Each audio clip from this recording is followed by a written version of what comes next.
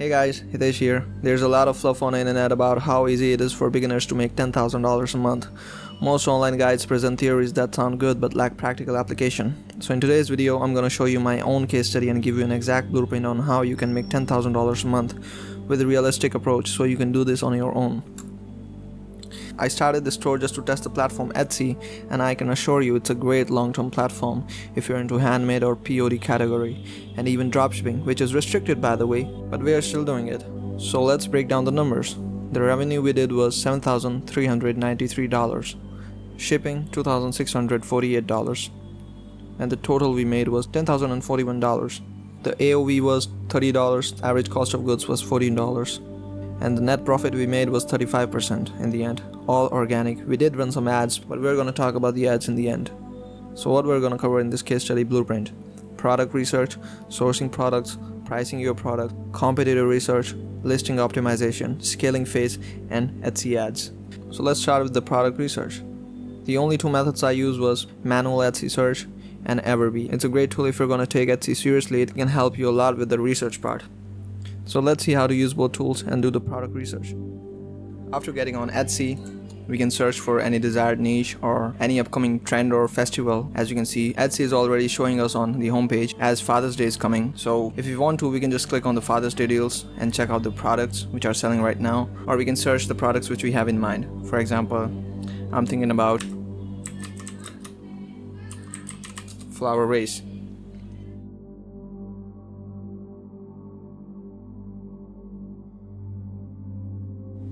As you can see, there are a lot of flower vase. The first row always comes with the advertisements, so people who are advertising are always on the first listing. So we're gonna look from the second row. As you can see, all of them are big stores. This store only has 6 reviews, so we can check. See, 20 plus views in the past 24 hours.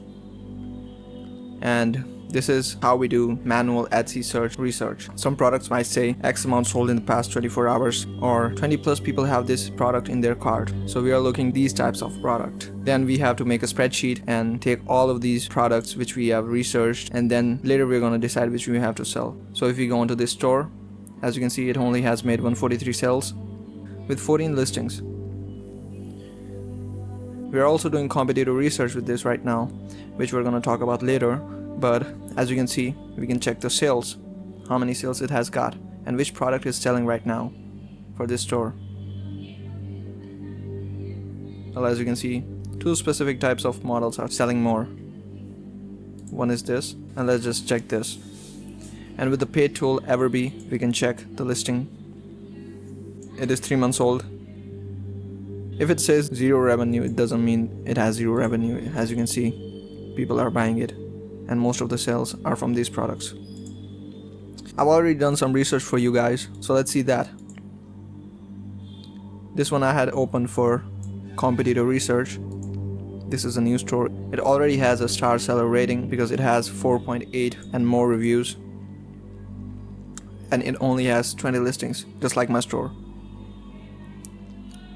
It has made 276 sales. These are the products which are selling right now for this store. And I won't recommend you to sell any copyrighted products like this baby Groot, so please don't. Also make sure to do copyright research beforehand. So this is the product they are selling more. Let's analyze the listing. I'm pretty sure it'll say 0 revenue. So let's move on to next product. Also, if you want to know how to source this product, first of all you need to download a browser extension called AliExpress Search by Image. Just right click after installing and search.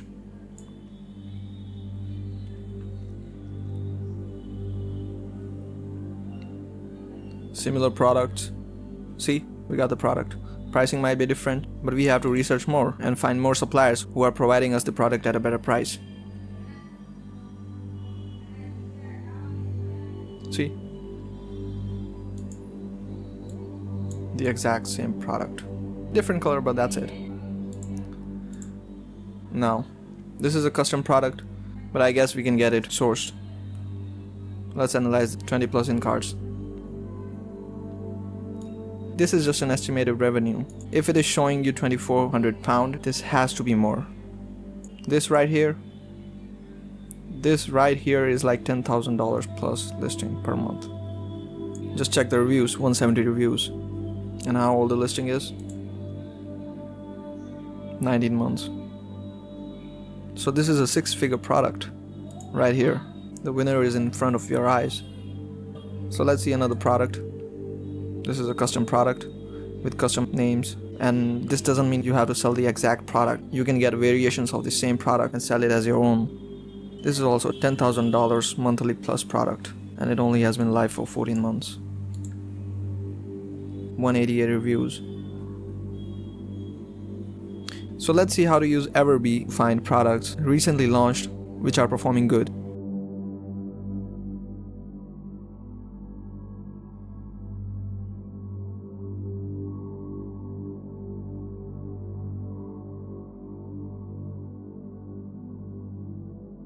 Let's put on a filter that the maximum listing age we want is 3 months. And let's filter by favorites. Monthly sales.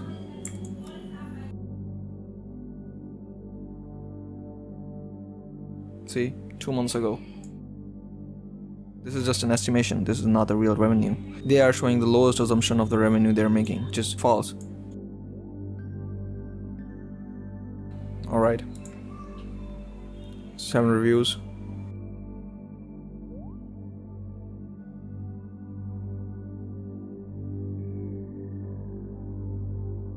You can also check the customer reviews, which product they are buying more, and this is the one which we saw.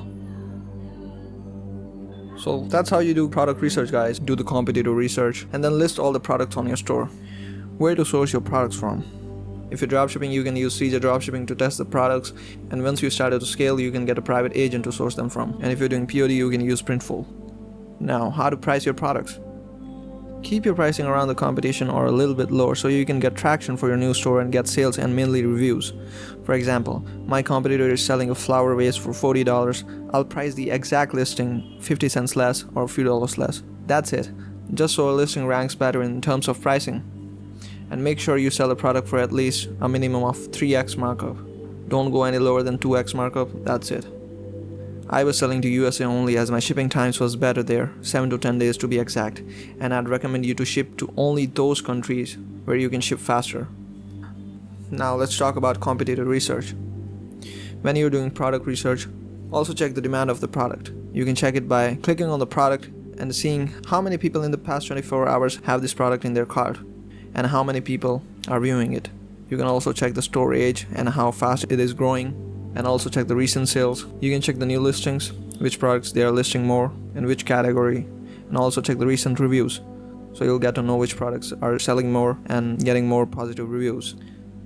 How to do listing optimization. After getting your product listing done and getting few sales, few clicks, or few favorites, it's time to do listing optimization. You can use a tool called eRank. It's a great tool to check the optimization level of your listing. First of all, you can start with using your product keyword in the title and also in the description, and make a product description format where you don't have to change a lot of stuff in the description if you're only selling one category or niche. So the only thing you have to change is few lines about the product and everything remains same. Also make sure to use high quality images, and if you can, use videos too. Now after getting your listing optimized, now you might be getting more sales and your products are getting ranked better. So now you're in the scaling phase.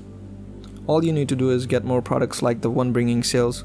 For example, if a flower vase designed around honeybees is bringing you most of the sales, you should add more listing like this, like flower vase with butterfly and etc. As by then you've known which sub-niche is working better for you in that broad niche. My store only had 20 listings, and they were all related to one another. And make sure to have a routine of 4 to 5 product listings daily, 2 to 3 products related to the top performing ones, and 2 to 3 new products. So you're also in search for new winning products which can bring more sales. So now, let's talk about ads. When to run Etsy ads. I ran Etsy ads in the beginning just to get some views, spending $1 per one listing. So for 20 listings, I was spending $20. So for example, you're spending $1 per one listing. So if you have 10 listings, you're spending $10 a day. And the KPIs are, turn off the ads if spend $15 per product without any sales. Ads are there just to support the store, not to be dependent on. In the end, customer support is crucial on Etsy. If the customer is not satisfied, make sure they are by giving them extraordinary service, whether it be helping them with basic tracking, and if their order gets delayed, make sure to update them. Always make sure to them that you as a business are there for them and they don't have to worry about anything else. So that is it for today's, guys. I don't know how many videos you've watched before this on making money online, but make sure to learn that the basics of the business never changes, which is providing what the market demands and is in need with the best service, and watch yourself grow. Thank you.